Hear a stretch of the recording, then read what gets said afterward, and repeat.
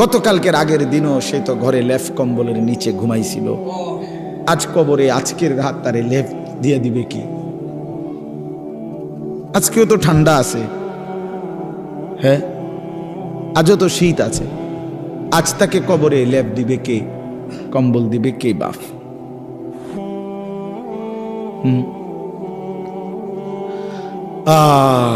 এজন্য দোস্ত আমার, বন্ধু আমার, যত কিছুই আমরা স্বীকার করি আর না করি, গ্রহণ করি আর বর্জন করি, বুঝতে শিখি অথবা না বুঝি, ফাঁকিবাজি করি আর ছলছাতুরি করি, আমরা শেষ পর্যন্ত মৃত্যুকে আড়াল করা, মৃত্যুকে পাশ কাটিয়ে চলার কি সুযোগ আছে কি বাপ? তো এতটা চূড়ান্ত বাস্তবতা, এই নেতা আমার আমনেরে ভাল লাগে না, ঠিক আছে, আমি আমনেরে ছাড়াও হয়তো জিন্দিগি আরেকজনকে দিয়ে চালাই নিতে পারবো। আমার এই মেম্বার বাবুরে আমার বুঝে ধরছে না, হইতে পারে।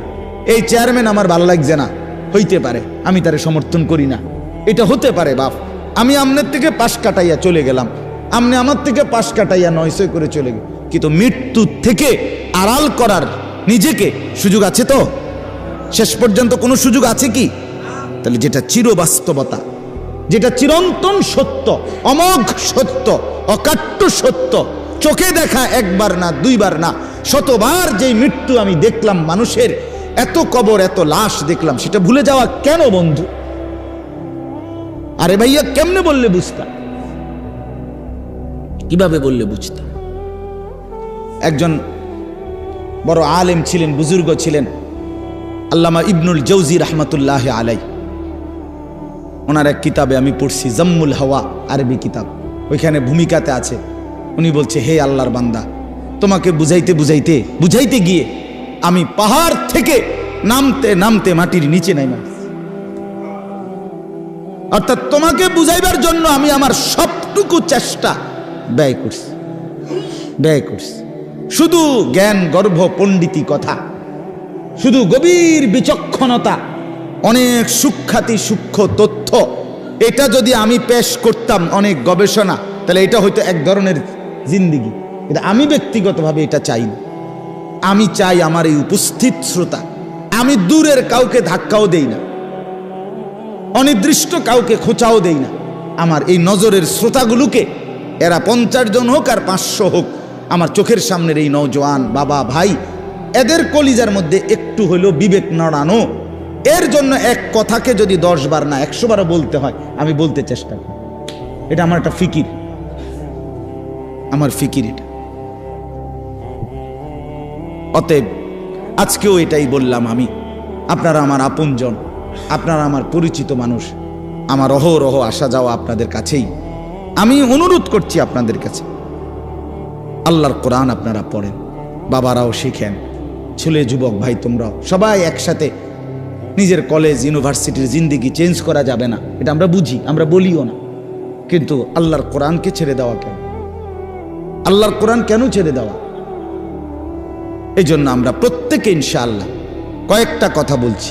1 নাম্বার বলছি আমি, যে সর্বাবস্থায় আল্লাহ তাআলার জিকির জবানে কি রাখা? চালু রাখা। আর এখন বললাম কোরআনুল করিম তেলাওয়াত করা, কোরআনুল করিম তেলাওয়াত করা।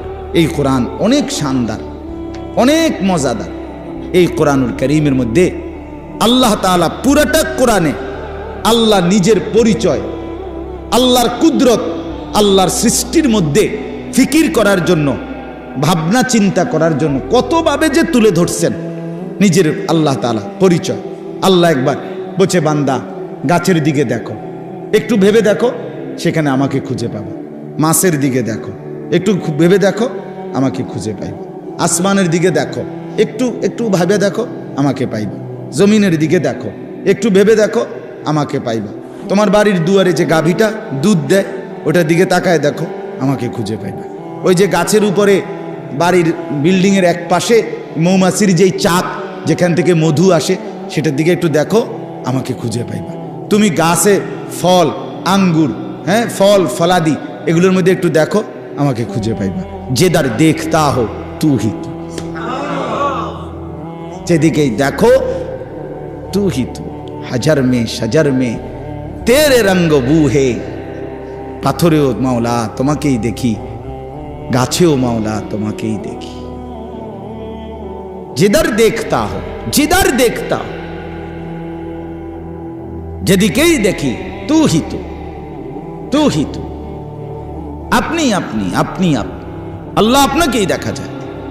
ওয়াফি আনফুসিকুম আফালা তুবসিরুন, আল্লাহ রাব্বুল আলামিন বলে বান্দা তোমার নিজের মাঝে দেখো, দেখো তো আমাকে দেখতে পাও কিনা।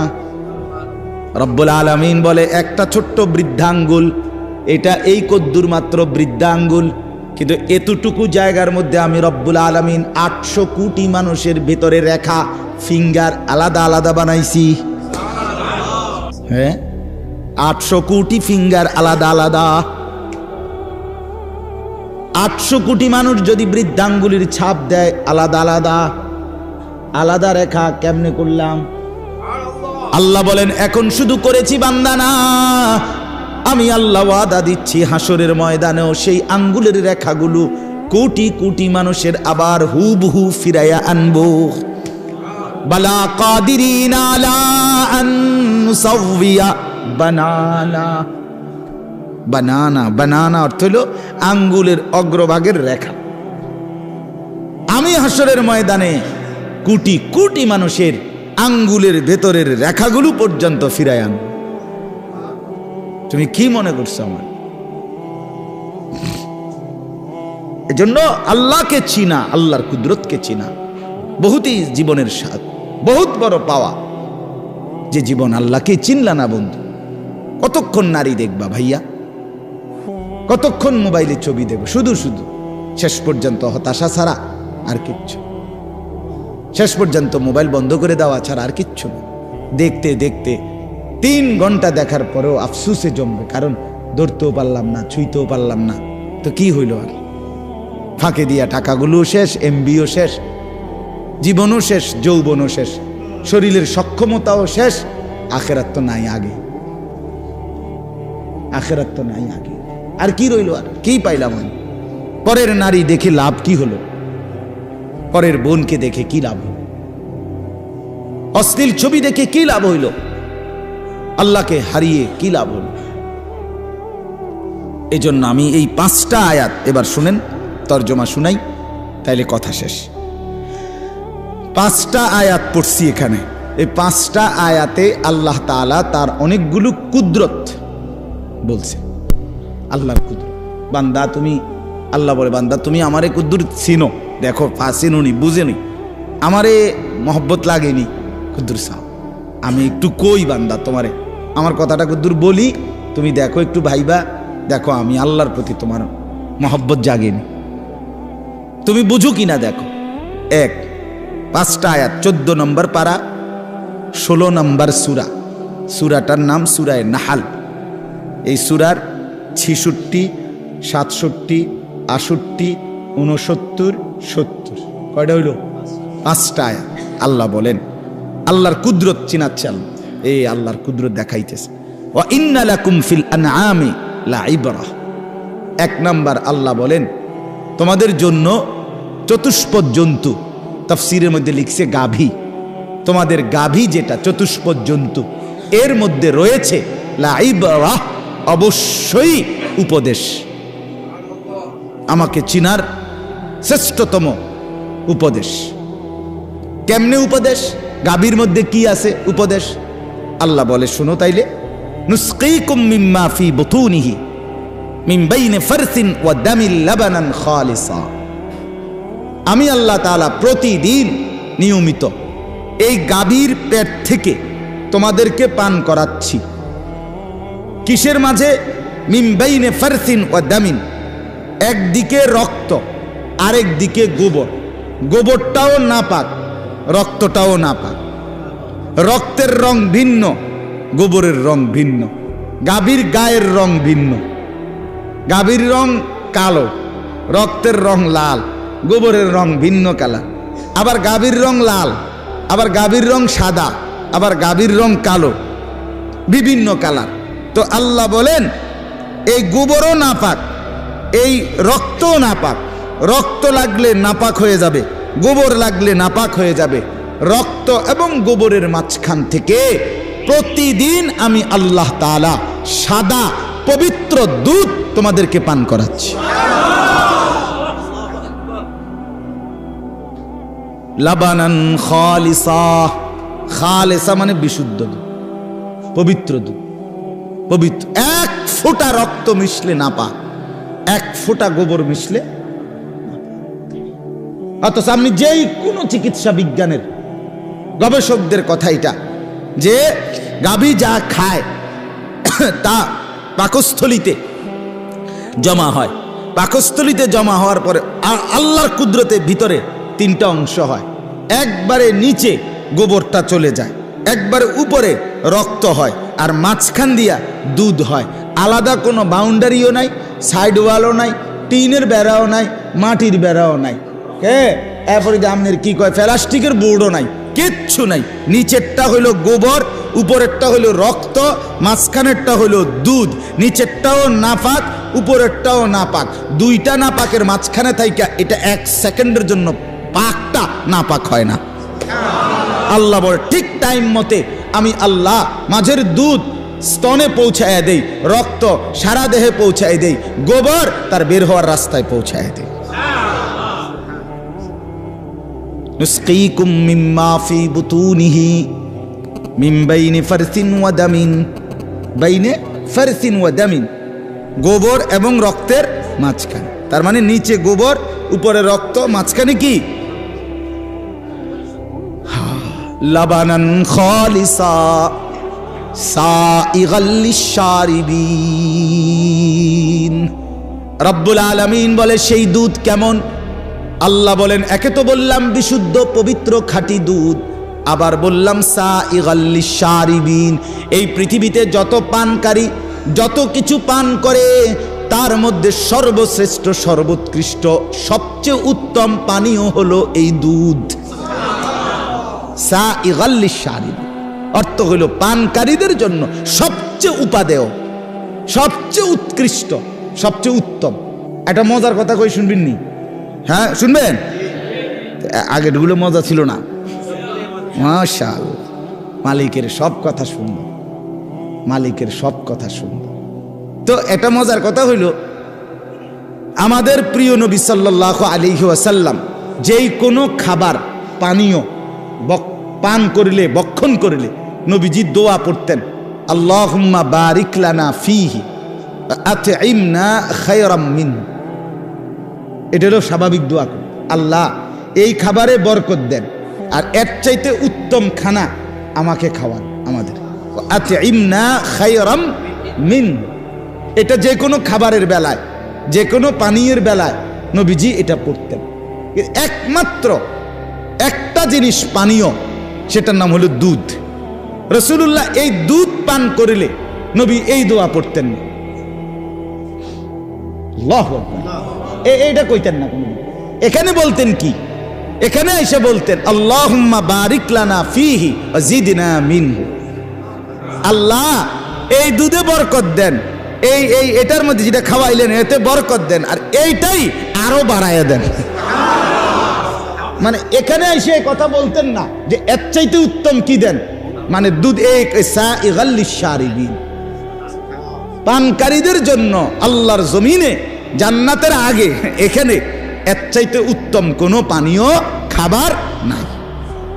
এজন্য সবগুলোর ব্যাপারে বলতেন আতইমনা খায়রাম মিনহু, এত উত্তমটা খাওয়ান।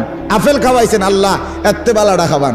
কমলা খাওয়াইছেন আল্লাহ, এত্তে বালাটা খাওয়ান। ড্রাগন ফল খাওয়াইছেন আল্লাহ, এত্তে বালাটা খাওয়ান। সিরিজ ছাড়াটা, সিরিজ দিয়ে বলে কিতা দেয় ইঞ্জেকশন, হেসা কয় না মিশা কয়, আল্লাহ কইতে। কেউ কয় হুজুর আপনার ব্যবসাটা মাধ্যমে লেগে কয়, কেউ কয় মিথ্যা কথা। যা ভাই, যাই হোক। তো কিন্তু রাসূলুল্লাহ এখানে এসে বলতেন দুধের ব্যাপারে এর চাইতে উত্তম কিছু বলতেন না, বরং জিদনা মিন, এটা আরো খাওয়া, আরো বাড়া, আরো বাড়া। আরেকটা মজার কথা কই, আরো একটা মজার কথা আছে।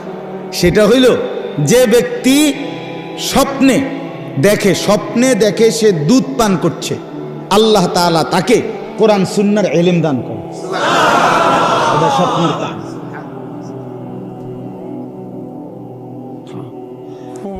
কারণ দুধের চাইতে উত্তম কোনো পানীয় কায়নাতের মধ্যে নাই।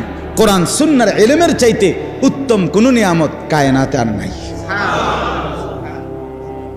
এই জন্য স্বপ্নে যদি কেউ দেখে দুধ পান করছে, তো আল্লাহ তাআলা তাকে কোরআন সুন্নাহর বুঝ, ইলম, নূর দান করে। ইলমের চাইতে দামি কিছু নাই, দুধের চাইতে দামি কোনো পানীয় নাই।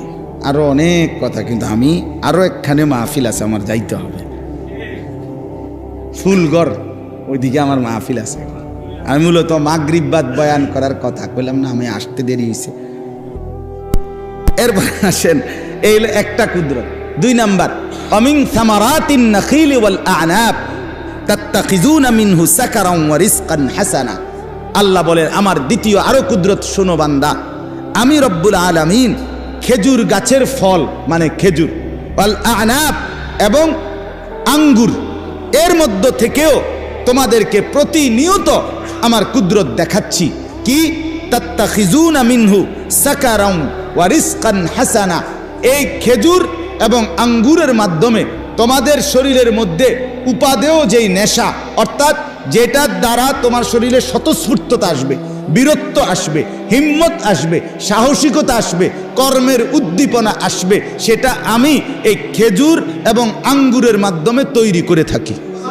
আবার ওয়ারিসকান হাসানা, শুধু শক্তিমত্তা না, বরং এটা রিজিক হিসাবেও সর্বোত্তম উত্তম একটা রিজিক। খেজুর অসাধারণ, আঙ্গুর অসাধারণ। ইন্না ফি যালিকা লাআয়াতাল লিকাউমিন ইয়াকিলুন। আল্লাহ বলে, উপরের গাভী, দুধ আর এখানের খেজুর আর আঙ্গুর, এই সবটার মধ্যেই আকলওয়ালাদের জন্য নিদর্শন আছে। ব্যাককলের জন্য নাই, ব্যাককলে খায় আর বিড়ি খায়, বুঝেন না? আঙ্গুরও খায়, বিড়িও খায়। হ্যাঁ, ব্যাককল যে খেজুরও খায়, গাল্লায়ও, বুঝেন না কথাটা? দুধও খায়, চাও খায়, বনও খায়, বিড়িও খায়, টেলিভিশনে মানুষের বেডিও চায়। অপদার্থ যে কিছুই চেনে না, কিছুই বোঝে না। আল্লাহ তাআলা বলে, যার আকল আছে, যার দিমাগ আছে, সে এখান থেকে নিদর্শন পায় যে হায়, আমার মালিক আমাকে দুধ পান করাইছে, আমার মালিক এমন সুন্দর খেজুর, এমন উত্তম ফল আমাকে দিয়েছেন, আমি কেন মালিকের শুকর করব? আজকের থেকে করবো ইনশাআল্লাহ। এরপর আল্লাহ বলেন, ওয়া আওহা রাব্বুকা ইলান নাহল। এটার অনেক লম্বা ব্যাখ্যা, বাকি আমি শুধু তর্জমা আজকে বলি। আসলে এটা খুব মজাদার, এই মৌমাছির কথাটা, এটা বিস্তারিত বুঝাইতে পারলে খুব সুন্দর, খুব সুন্দর। আমি এই বয়ান আল্লাহর দয়ায় সিলেট কিছুদিন আগে এই বয়ান করছিলাম, এই আয়াতটা মৌমাছির বৈশিষ্ট্য, গুণাগুণ তাফসির থেকে। ওইখানকার এক বড় প্রফেসর, ইংরেজি শিক্ষিত মানুষ, উনি এইসা কান্দা কাঁদছে। উনি বলছে, হুজুর, আমি আল্লাহ পাক যে এই এত কথা কইছে এখানে, আমি তো এই কথা জানতামই না। আপনি আরো অনেক কিছু জানতেন না, আপনি লগে থাকেন আমার লগে। আরো বহুত মজার মজার কথা আছে কোরআনে, আপনি জানেন না। ওয়া আওহা রাব্বুকা ইলান নাহল। আল্লাহ বলেন, আমি সরাসরি মৌমাছির ব্যাপারটা স্পেশালি, মৌমাছির মধু বানানোর পুরা প্রসেসিংটা আল্লাহ বলেন আমি ওয়াহির মাধ্যমে মৌমাছির কলজাত দিলে আমি ওয়াহি নাজিল করে আমি আল্লাহ একাই নিয়ন্ত্রণ করি। বাসা বানাইবা কই, আমি ঠিক করে দিচ্ছি। ফুল আনবা রস কোত্থেকে, আমি বলে দিচ্ছি। ফিরে আইবা আবার কেমনে, আমি রাস্তা দেখাচ্ছি। বের করব মধু কেমনে, আমি বলছি। তো যাই যে কম দিছে স্লোগান, এদিন আরো বেশি দিছে। কবির ভাই কই? মাশাআল্লাহ, উনি আমার অনেক মহব্বত করে। আল্লাহ আপনারে কবুল করেন। চলেন, এজন্য এটা আমি শুধু আরেক সময় আল্লাহ যদি তৌফিক দেয় বিস্তারিত মনে করলে বলবো, আল্লাহ যদি দাও। আওহা রাব্বুকা ইলান নাহল আনিত্তাখিজি মিনাল জিবালি বুয়ুতান। আল্লাহ বলে মৌমাছিকে আমি 3টি আদেশ করি। কয়টা? 1, তুমি পাহাড়ের উঁচুতে, গাছের উঁচুতে, বিল্ডিংয়ের উঁচুতে ঘর বানাও।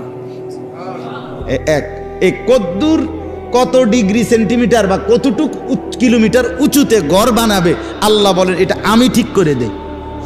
মৌমাছি মন মতো কি বানাইতে পারে না। আপনি করেন যে মৌমাছি এনে দোস্ত এনে কিন্তু আমরা এটা আমরা নিজের জায়গা, কেউ কিছু কইতো না। আল্লাহর দোহাই তুই এন দিয়া ভাষাটা বানা, মৌমাছি খুব আল্লাহ দোহাই, আমি আপনার কথায় চলি না। ধর বেটা, যা বেটা, আমার মালিক আছে বেটা, আমার কি আছে? মালিক আছে, উনি কইয়া দিবা আমি কতটুকু উচ্চতায় ঘর বানাম।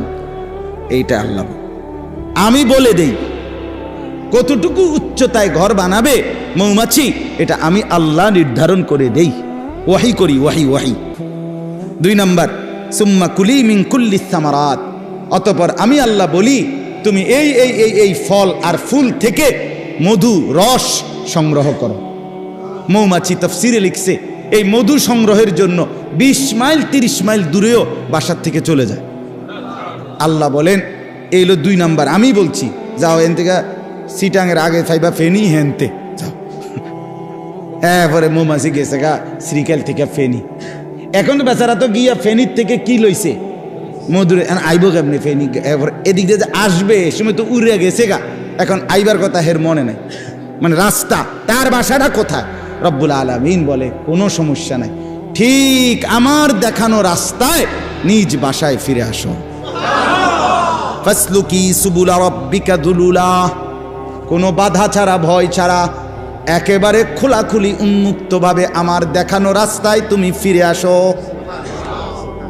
আল্লাহ বলেন এই 3টা কাজ করলাম আমি, বাসা নির্ধারণ করে দিলাম, ফল ফুল যেখান থেকে রস নিবে ঠিক করে দিলাম, আবার নিজ বাসায় আমি আল্লাহ মৌমাছিকে ফিরিয়ে আনলাম।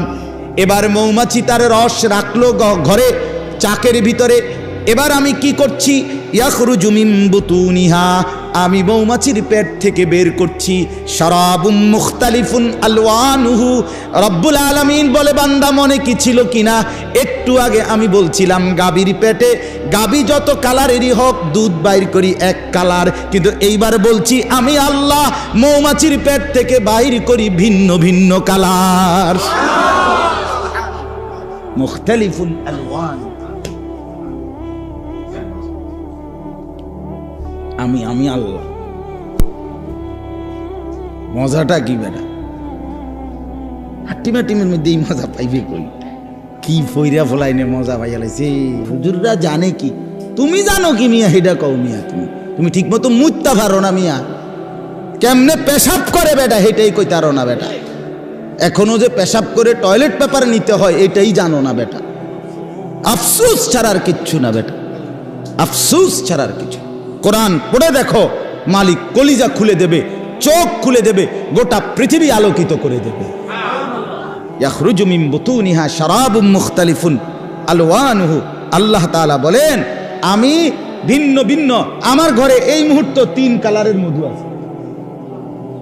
মুখতালিফুন আলওয়ান, অঞ্চল ভেদে, ঋতু ভেদে, ফল ফুলের রং ভেদে মধুর কালার কি হয় ভিন্ন। আল্লাহ বলেন আমি বিচিত্র কালারের মধু এই মৌমাছির পেট থেকে বের করে আনি। এবার যদি বলেন রব্বুল আলামিন এত উঁচু ঠিক করে দিলেন, কোনখান থেকে ফল ফুল আনবে রস আনবে ঠিক করে দিলেন, রাস্তা আপনি দেখায় দিলেন, নিজে আপনি ভিন্ন ভিন্ন কালারের মধু বের করলেন, এতটা কষ্ট কেন করলেন? রব্বুল আলামিন বলেন ফিহি শিফাউল লিন্নাস, এই মধুর মধ্যে আমার কোটি কোটি বান্দার রোগের ঔষধ রয়েছে। এই জন্য হোমিওপ্যাথিক বলেন, এই যে এলোপ্যাথিকও আইছে হোমিওপ্যাথিকও আছে, এলোপ্যাথিক হলো নাজমুল আর হোমিওপ্যাথিক কি নাম? খলিল ভাই।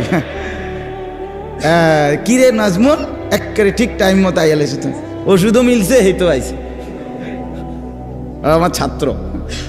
ফিহি শিফাউল লিন্নাস, সমস্ত চিকিৎসা বিজ্ঞানে এলোপ্যাথিক বলেন, হোমিওপ্যাথিক বলেন, আয়ুর্বেদিক বলেন আর ইউনানি বলেন, মধু একটি অনিবার্য কি অংশ। শিফা, ফিহি শিফাউল লিন্নাস, আল্লাহ বলেন এর মধ্যে আমার মানুষের জন্য আমি আল্লাহ তাআলা অগণিত রোগের ঔষধ রেখে দিয়েছি। খাবার হিসাবে শরাব পান করার জন্য চমৎকার, শরীরের পুষ্টির হৃষ্টপুষ্টতার জন্য দরকার, আবার এমনিতে রোগের চিকিৎসা হিসাবে দারুণ ঔষধ।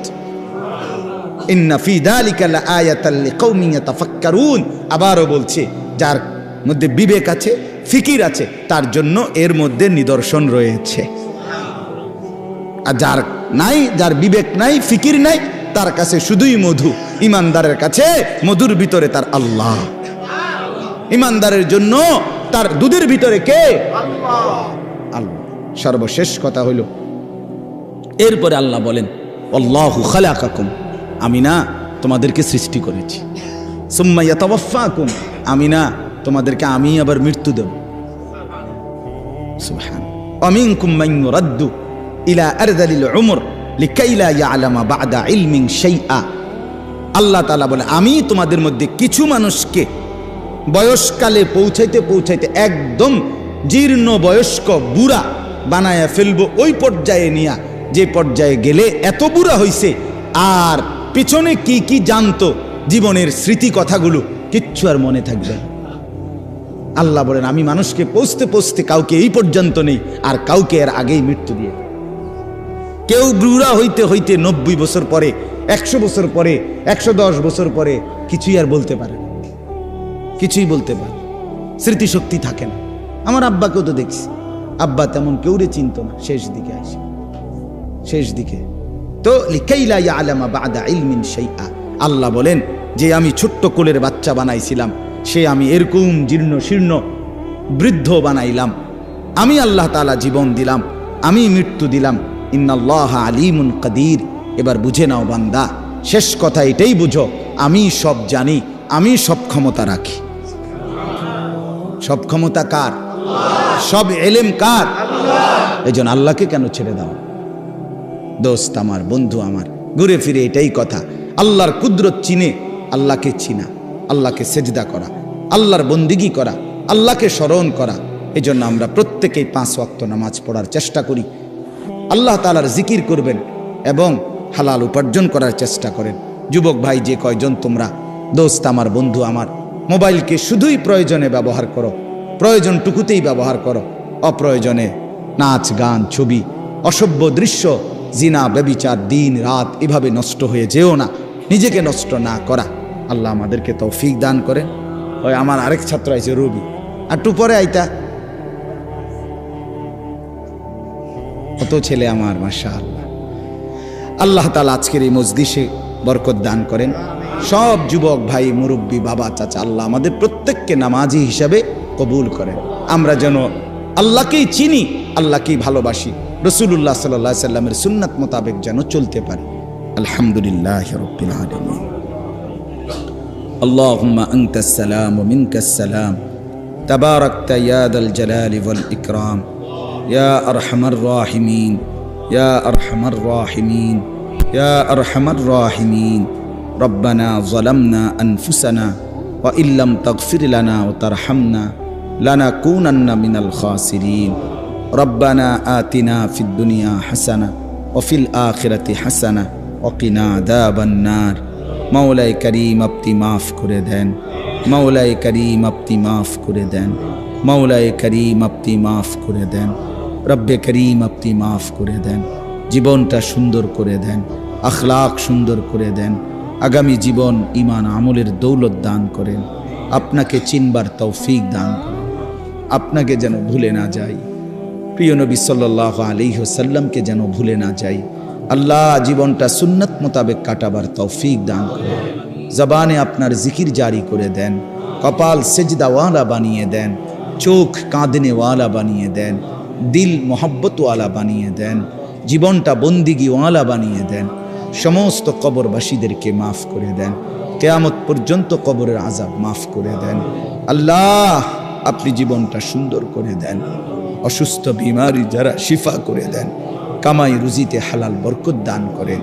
আল্লাহ আমার যুবক ভাইগুলোকে নামাজি বানিয়ে দেন, চরিত্রবান বানিয়ে দেন, মোবাইলের আসক্তি থেকে বাঁচান, নারীর আসক্তি থেকে বাঁচান, মদ জুয়ার আসক্তি থেকে বাঁচান, খারাপি থেকে বাঁচান। কলিজার মধ্যে আপনার ভালোবাসা দেন, বন্ধুর ভালোবাসা দেন, আখিরাতের ভালোবাসা দেন, নবী সাল্লাল্লাহু আলাইহি সাল্লামের মহব্বত দান করেন। আজকের এই মজলিস আপনি কবুল করে নেন, আগামী দিনেও এমন মজলিস মাঝে মাঝে চালু রাখবার তৌফিক দান করেন। রব্বির হামহুমা কামা রব্বায়ানি সগীরা। আয় আল্লাহ সকলকে কবুল আর মনসুর করেন, প্রত্যেকের নেক মাকসাদ পূরণ করে দেন, বিবি বাচ্চাদেরকে নেক জিন্দেগি দান করেন, মা বোনদেরকে পর্দা পুশিদা দান করেন। আল্লাহ আপনি কবুল আর মনসুর করেন। সুবহান রাব্বিকা রব্বিল ইজ্জাতি আম্মা ইয়াসিফুন সালামুন আলাল মুরসালিন আলহামদুলিল্লাহ। একটা ছোট মাসের দ্বিতীয় শনিবার আমার যেই মাদ্রাসা কুমিল্লা ক্যান্টনমেন্ট ময়নামতি সাহেবের বাজার, ওইখানে মাসিক ইসলাহি মাহফিল হয়।